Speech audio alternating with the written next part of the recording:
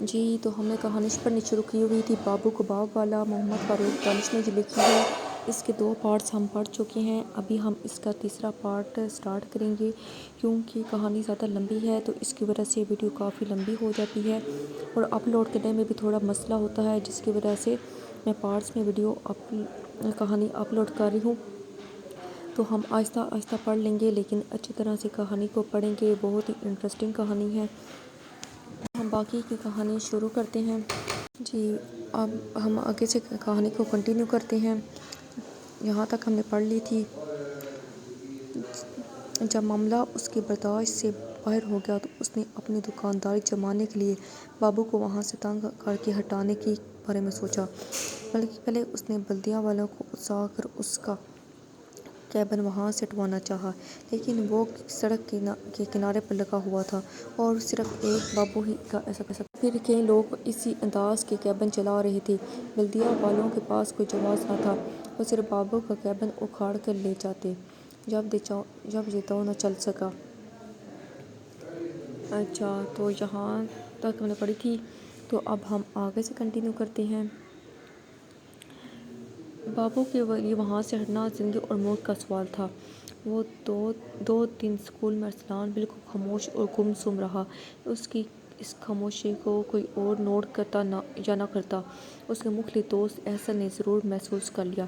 جب اس نے بوتھ خریدا تو اس نے ان گنڈوں کی دھمکیوں کے بارے میں بتا دیا۔ وہ 2 روز سے بابو نے کام بھی بند رکھا ہوا ہے، وہ زیادہ سہم کے ہیں، لیکن یہ تو مسئلے کا حل نہیں۔ احسن اس کی باتیں سن کر گہری سوچ میں پڑ گیا تھا۔ میں اس مسئلے کا حل سوچتا ہوں، لیکن تم پر امید رہو، انکل کی دکان وہیں رہے گی، اس نے پرعزم لہجے میں کہا۔ بابو بھائی پر ان گنڈوں کی ایسی دہشت چھائی کہ وہ دکان پر ہی نہیں گئے۔ ان کی بیگم نے بھی انہیں اس عمل سے باز رکھا تھا۔ شریف لوگ جھگڑے فساد سے ڈرتے ہیں اور ایسا کام جس میں جان بچانے کا خدشہ ہو تو انسان کو اور بھی سنجیدہ ہو کر سوچنا پڑتا ہے۔ پولیس سے، دکانداروں کی انجمن یا کسی معزز آدمی سے مدد لینے کے پہلے غور کیا گیا، لیکن ہر معاملے میں ان بندوق برداروں کی دھمکی یاد آ جاتی تھی اور وہ چپ ہو کر بیٹھ جاتے تھے۔ میرا خیال ہے مجھے اپنا ٹھکانہ چھوڑ کر کسی دوسرے مارکیٹ کا رخ کر لینا چاہیے، انہوں نے اپنی بیگم سے کہا۔ ایسے لوگوں کی دشمنی سے تو یہی بہتر رہے گا۔ ان کی بیگم بھی بہت ڈرپوک تھی اور نہیں چاہتی تھی کہ ان کے شوہر یا ان کے کسی بچے کو کوئی نقصان پہنچے۔ جو روزی ہمارے نصیب میں ہوگی وہ تو کسی دوسرے بازار میں بھی مل جائے گی، تب بہت زیادہ محنت کرنا پڑتی ہے، تب کہیں جا کر برسوں بعد کامیابی ملتی ہے۔ احسن نے کافی سوچ بچار کے بعد ایک فیصلہ کر لیا تھا۔ اس نے ارسلان کو سمجھاتے ہوئے اپنا منصوبہ بتایا۔ اپنے والد کو راضی کرنے کے لیے اسے خاصی محنت کرنا پڑی۔ انکل آپ بے فکر رہیں، ہم اب سب سنبھال لیں گے، آپ صرف دکان کھولیں۔ احسن نے انہیں اس قدر مطمئن کیا تھا کہ وہ ذہنی آسودگی محسوس کرنے لگے اور بخوشی دکان کے دوبارہ کھولنے پر آمادہ ہو گئے۔ شیرا کی دکان تو نہ چل سکی، لیکن وہ 2 روز سے بند کیبن دیکھ کر اپنی کامیابی پر بےحد مسرور تھا۔ وہ بیٹھا اپنے منصوبوں کو تاؤ دے رہا تھا کہ ایسے میں اس نے دیکھا کہ بابو کا کیبن کھل گیا۔ اس نے حسب عادت اپنا مال لگانا شروع کر دیا، دکانداری شروع ہوگی۔ اس کے گاہکوں نے گلے شکوے شروع کر دیے۔ شیرا نے بیچو تاب کھانا شروع کر دیا۔ وہ موبائل پر ادھر ادھر نمبر گھمانے لگا۔ بابو کے بڑھتے گاہک اس کا میٹر تیزی سے گھما رہے تھے۔ وہ کسی صورت ایسے برداشت نہیں کرنا چاہتا تھا۔ احسن، ارسلان اور اس کے 8-10 دوست منصوبے کے مطابق کیبن کے اطراف الگ الگ ٹہل لگا رہے تھے۔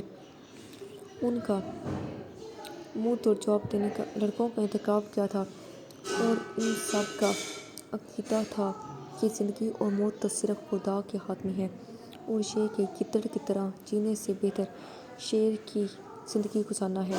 احسن کی ایسی ہی باتوں نے ارسلان کے دل میں بھی نئی امنگ جگا دی تھی۔ کہانی بہت زیادہ انٹرسٹنگ ہے، اب ہم آگے سے پڑھتے ہیں۔ شیرا کی حرکت نے کام دکھایا، وہ گنڈے بابو کی دکان کے پاس آ چکے تھے۔ ارسلان نے انہیں پہچان کر احسن کو اشارہ کر دیا تھا۔ ابھی وہ اسلحہ کے ساتھ نہیں تھے، لیکن ان کے چہروں کی وحشت ہی کسی کو ڈرانے کے لیے کافی تھی۔ انہوں نے دکان سے گاہکوں کے ہٹنے کا انتظار کیا اور جیسے ہی ابو بھائی کو اکیلا پایا اس کے خیبر پر آ گئے۔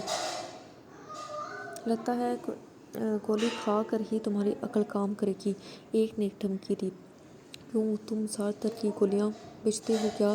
ایسے نے کہا۔ تم کون ہو لڑکے؟ دوسرے آدمی نے گرا کر کہا۔